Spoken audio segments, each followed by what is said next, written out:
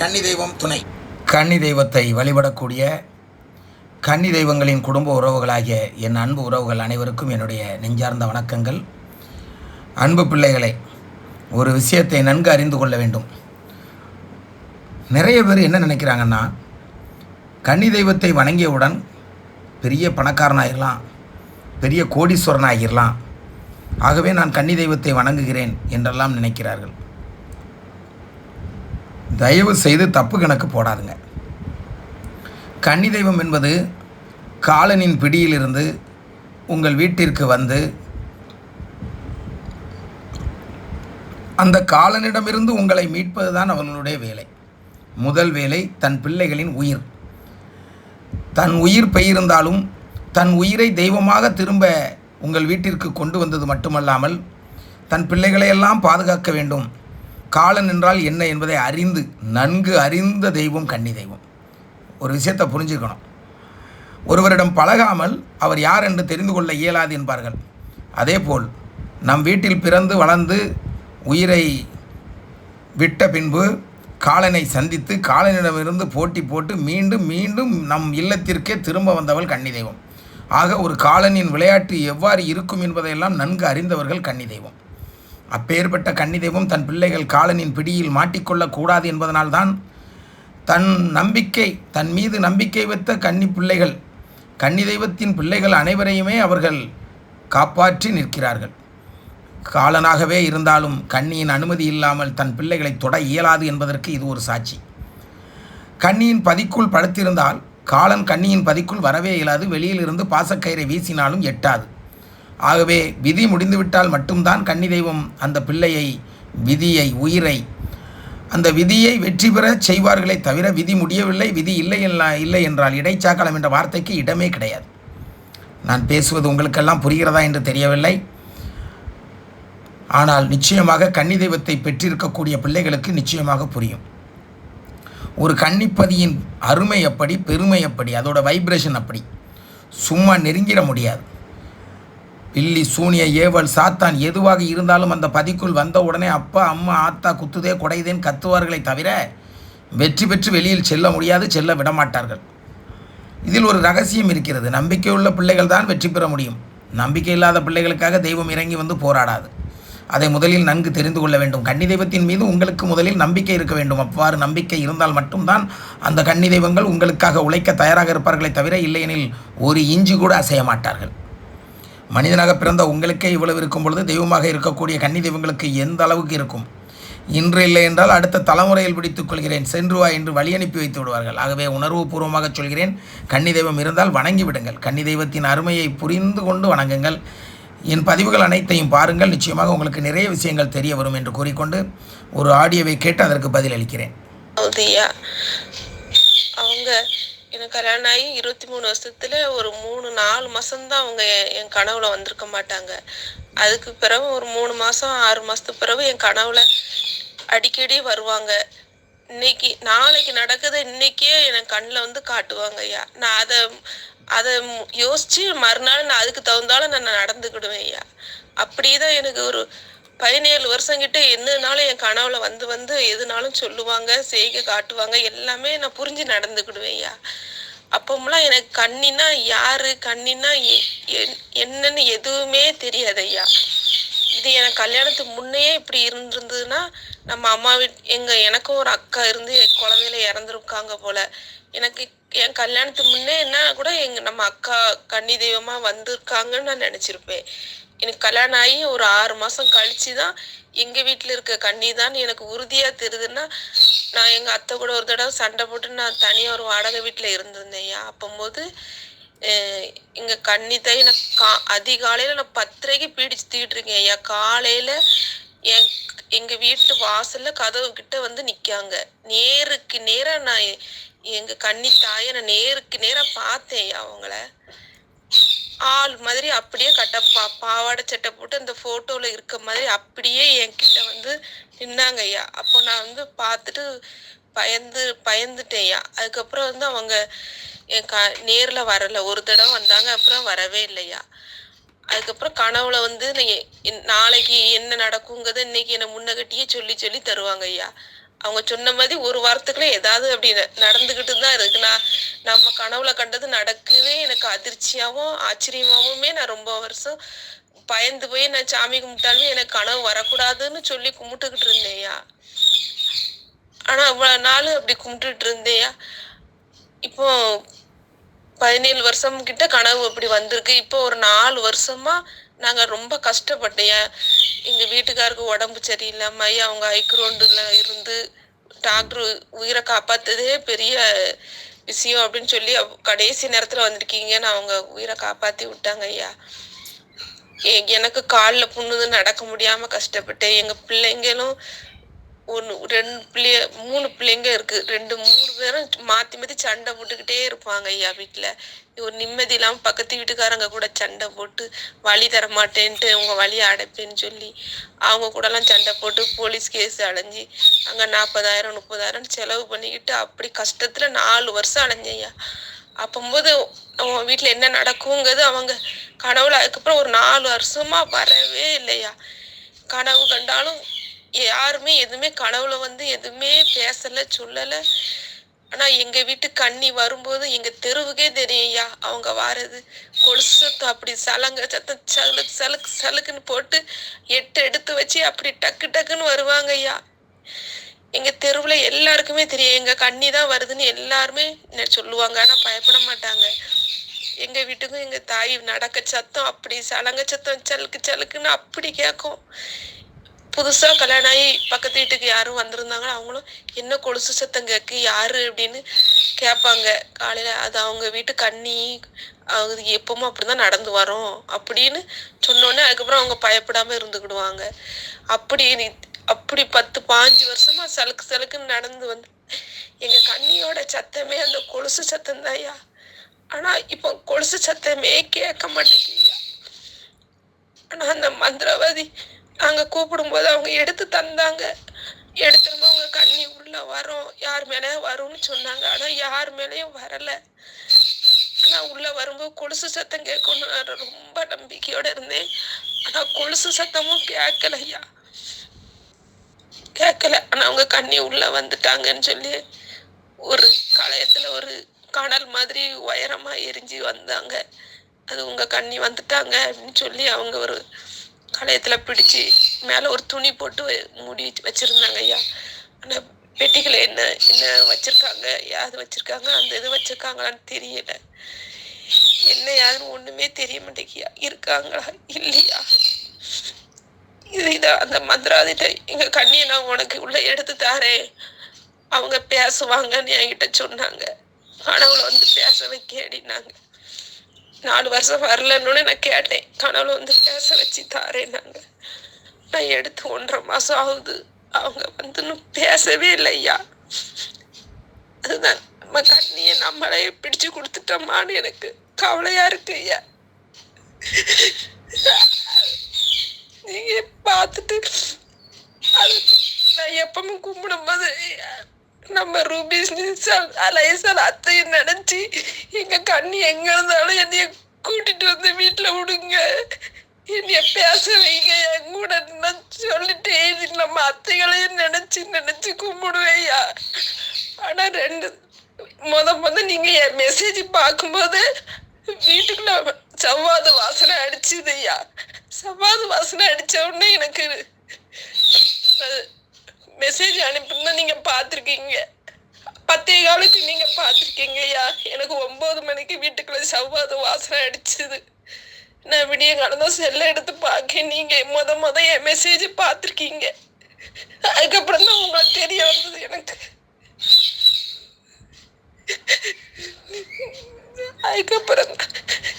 அதுக்கப்புறம் ஒரு நாள் மறிக்கொழுந்து வாசனை அடிச்சுது. அதுக்கப்புறம் நீங்க 2வது தடவை என் செல்ல எடுத்து பாத்தீங்க ஐயா. நம்ம அத்தைகள் என்னைய உணர வைக்காங்க.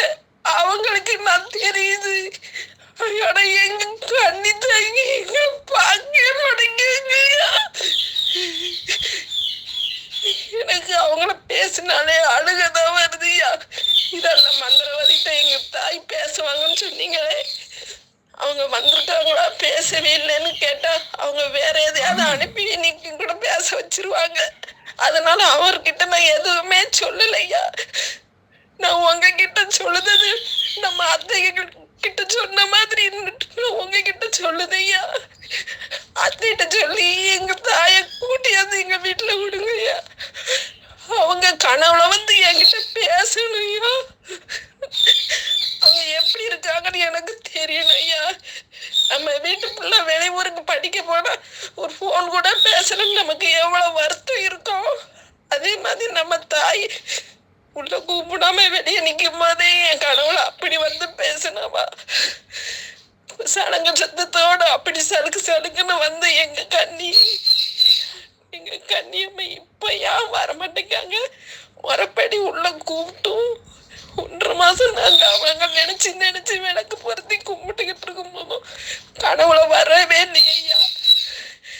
இன்னும் எங்க கண்ணியோட அற்புதம் நிறைய இருக்கு ஐயா. அததான் நான் உங்ககிட்ட பேசணும், உங்ககிட்ட பகிர்ந்துக்கணும். நம்ம அத்தைகளோட ஆசீர்வாதம் எனக்கு வேணும்னு ரொம்ப ஆசைப்பட்டேயா.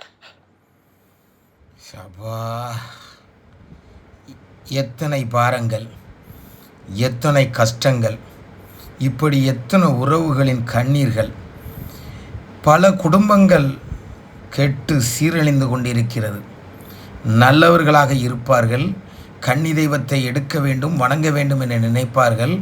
ஆனால் வழிமாறி சென்று விடுகிறது நம்மளுடைய வழிபாடு முறை. தெளிவாக ஒன்று மட்டும் சொல்கிறேன், கலங்காதம்மா, தைரியமாக இரு. ஏன்னா உன் கண்ணுக்கு என்னை காட்டுனதே உன் கண்ணிதான் நம்பு. அது மட்டுமல்ல, இந்த வீடியோவை பார்த்தா, என்னுடைய ஆடியோவை, என் குரலை கேட்டால் உடனடியாக என்னை தொடர்பு கொள். உன் வீட்டிற்கு நான் வர தயாராகிவிட்டேன். எத்தனையோ உறவுகள் என்னை அழைத்தாலும் கூட என்னால் அவர்களுடைய வீட்டுக்கு செல்ல முடியாது. அத்துணை வேலைப்பளு எனக்கு இருந்து கொண்டே தான் இருக்கிறது. ஒவ்வொரு நாளும் இரவு படுப்பதற்கு 3 மணி 4 மணி ஆகிறது. மீண்டும் காலை 6 மணிக்கு எழுந்து என்னுடைய சுய வேலைகளை என்னால் செய்ய முடியவில்லை. ஒரு கேஸ் சிலிண்டர் கம்பெனியில் ஒரு வேலை இருக்குது, ஒரு கையெழுத்து போடனா போக முடியலை. இப்படி சொல்லிக்கொண்டே போகலாம். சரி, அதை இங்கே ஏதோ சப்பக்கட்டுக்கு பேசின மாதிரி வந்துடக்கூடாது. ஆக கன்னி தெய்வம் என்னை அந்த அளவுக்கு ஒவ்வொரு இடத்திற்கும் அழைத்து கொண்டு செல்கிறார்கள். உன் வீட்டிற்கு நான் வருகிறேன் தாயே. நான் வருகிறேன் என்றால் யாரெல்லாம் வருவார்கள், பக்கத்தில் இருக்கக்கூடிய எத்தனை தெய்வங்கள் வரும் என்பது உனக்கு தெரியாது. நான் சொல்கிறேன், அத்துணை கன்னி தெய்வங்களும் உன் வீட்டு வாசலை எட்டி பார்ப்பார்கள். உன் வீட்டில் இருக்கக்கூடிய பிரச்சனைகளை எட்டி பார்ப்பார்கள். நிச்சயமாக அத்துணை பிரச்சனைகளும் தீர்ந்து உன் கன்னி தெய்வம் உன் வீட்டிற்குள் வர இதுவும் ஒரு பாதையாக அமையும். நான் நடந்து வரும் பாதையில் நிச்சயமாக கன்னி தெய்வங்கள், பல கோடி கன்னி தெய்வங்கள் வருவார்கள். என் முன்னே செல்வார்கள், என் பின்னே செல்வார்கள், என்னை சுற்றி வளையம் போட்டு சுற்றி வருவார்கள். ஏனென்றால் எனக்கு பாதுகாப்பாக லட்சோபலட்ச கன்னி தெய்வங்கள் வருகிறார்கள். அப்படிப்பட்ட தெய்வங்கள் வரும்பொழுது உன் வீட்டு கன்னி தெய்வம் வராமலா இருந்து விடுவார்கள்? 100% உன் வீட்டிற்குள் வர வைக்க வேண்டியது என்னுடைய கடமை. ஆகவே உன் வீட்டில் எடுத்த முறை எவ்வாறு என்பதெல்லாம் எனக்கு தெரியாது. ஆனால் அந்த கன்னி தெய்வத்தை அழைத்த முறையும் எனக்கு தெரியாது. நீ யாரை வைத்து அழைத்தாய், எப்படி எடுத்தாய், எப்படி வணங்கினாய் என்பது எனக்கு தெரியாது. ஆனால் நீ அனுப்பிய அந்த புகைப்படத்தை பார்க்கும் பொழுது அதில் தவறு இருக்கிறது என்பது மட்டும் 100% உண்மை. ஒரு கன்னி தெய்வத்தை கன்னிப்பெட்டிக்குள் எடுத்த பிறகு, ஒரு கன்னி தெய்வத்தை கன்னிப்பெட்டிக்குள் எடுத்த பிறகு, அதாவது ஒரு தேங்காயின் மூலம் எடுத்திருந்தால் சிறப்பு. ஒருவேளை தேங்காயின் மூலம் எடுக்காமல் கன்னிப்பெட்டிக்குள் முறையாக அந்த கன்னியை வரவழைத்து எடுத்து தந்திருந்தால் அதன் மேல் எந்த துணியும் போட்டு மூடக்கூடாது. அது கன்னிப்பெட்டிக்குள் தானே இருக்கிறது, ஏன் துணியை போட்டு மூட வேண்டும்? இதோ உன் புகைப்படத்தை பார்த்து கொண்டுதான் பேசிக்கொண்டிருக்கிறேன். அங்கே கருப்பு துணியை போட்டு மூடியிருக்கிறார்கள். கருப்பு நிறம் எதற்குள்ளது? அது துஷ்டிக்கு சம்பந்தப்பட்டது. என்னை பொறுத்தவரையில் நான் கூட கருப்பு கலர் ஃபேண்டு, வெள்ளை கலர் சட்டை போடுவேன். கோயம்புத்தூர் மாவட்டம் பொள்ளாச்சி தாலுகா கோட்டூர் பஞ்சாயத்து. அந்த பஞ்சாயத்திலே அங்கே ஒரு கன்னி தெய்வத்தை முறையாக வழிபடச் செய்தேன். வழிபட்டார்கள். வாடகை வீட்டில் இருந்தார்கள். இந்த வீடை நீ விலைக்கு வாங்கப் போகிறாய் என்று சொன்னேன். வேடிக்கையாக இருக்கிறது என்று சிரித்தார்கள். இன்று அந்த வீட்டுக்கு சொந்தக்காரர்களாக இருக்கிறார்கள். அப்பேற்பட்ட கன்னி தெய்வம், ஐயா உன்னை பார்க்க வேண்டும் என்பது என் ஆசை. ஆனால் வெள்ளை நிற ஆடையில் பார்க்க வேண்டும் என்பது என் ஆசை. நீ உடுப்பதோ கருப்பு நிற ஃபேண்ட், அந்த ஃபேண்டை கலட்டிவிட்டு எனக்கு வெள்ளை நிற வேட்டியில் வா ஐயா என்று முதலாக எனக்கு சொன்னார்கள். ஆனால் நான் எந்த சூழ்நிலையிலும் எந்த தெய்வத்தை கன்னி தெய்வத்தை வணங்கச் சென்றாலும் கருப்பு கலர் பேண்ட் வெள்ளை கலர் சட்டையோடு தான் போவேன். ஆனால் என்னிடம் கேட்ட முதல் கேள்வி அந்த கன்னி, எனக்கு உன்னை ஒயிட் அண்ட் ஒயிட் வெள்ளை நிற துணியில் பார்க்க வேண்டும், வெள்ளை வேட்டி வெள்ளை சட்டையில் பார்க்க வேண்டும் என்று கேட்டார்கள். இன்று வரை அந்த வீட்டிற்கு சென்றால் வெள்ளை வேட்டி வெள்ளை சட்டை கட்டித்தான் செல்கிறேன். ஆகவே கன்னி தெய்வத்தின் சந்தோஷம் பெரிது, கன்னி தெய்வத்தின் சிந்தனை பெரிது. யாருக்காக சிந்திக்கிறார்கள், எதற்காக சந்தோஷப்படுகிறார்கள்? நம்ம எல்லாம் சந்தோஷப்படுத்த வந்த தெய்வம்தான் கன்னி தெய்வம். ஆனாலோ உன் வீட்டில் எடுத்திருந்த முறை, அங்கே அந்த ஃபோட்டோவுக்கு முன்பு வைக்கப்பட்டிருந்த பெட்டி, இதையெல்லாம் பார்க்கும் பொழுது அவர்கள் கொஞ்சம் விளையாடி விட்டார்கள் என்று தான் எனக்கு தோன்றுகிறது. எதுவாக இருந்தாலும் சரி, அந்த பெட்டியை தொட்டு தூக்கும் எனக்கு இதுவரை எந்த கன்னி தெய்வத்தின் பெட்டியும் நான் தொட்டு தூக்கியதில்லை, தூக்க நினைத்ததும் இல்லை, தொடவும் மாட்டேன். ஆனால் வருகிறேன் அந்த பெட்டியின் மீது கை வைக்க. விளையாட்டல்ல, அது வேடிக்கை அல்ல. அங்கே என்ன இருக்கிறது என்பது எனக்கு தெரிய வேண்டும். புகைப்படத்தை நன்கு பார்த்து கொண்டு தான் உன்னிடத்தில் பேசிக்கொண்டிருக்கிறேன். கருப்பு நிற பெட்டிக்குள் இருக்கக்கூடியது கன்னியா இல்லை வேறு எதுவுமா என்பதை அறிய மிக விரைவில் உன் இல்லத்திற்கு வருகிறேன் தாயே. உன் இல்லத்தின் அட்ரஸ் கூறு. எனக்கு நீ என்னுடைய வாட்ஸ்அப்புக்கு சொன்னாலும் சரி, இல்லை என்னுடைய ஃபோன் நம்பருக்கு ஃபோன் போட்டு நீ கூறினாலும் சரி, எதுவாக இருந்தாலும் கன்னி தெய்வத்தின் துணையோடு கன்னி தெய்வத்திற்காக உன் வீட்டிற்கு வருகிறேன். எனக்கு அங்கு எதுவும் நீ ரெடி செய்து வைக்க வேண்டாம். குடிக்க தண்ணீர் வேண்டாம், குடிக்க காப்பி வேண்டாம், சாப்பிட உணவு வேண்டாம், உண்பதற்கு பழங்கள் வேண்டாம், எதுவுமே வேண்டாம். கையில் காசும் வேண்டாம், காணிக்கையும் வேண்டாம், எதுவும் வேண்டாம். மிக விரைவில் உன் வீட்டிற்கு வர ஆசைப்படுகிறேன். உன் வீடு எங்கே, நீ யார் என்பதை எனக்கு விரைவில் தெரியப்படுத்து.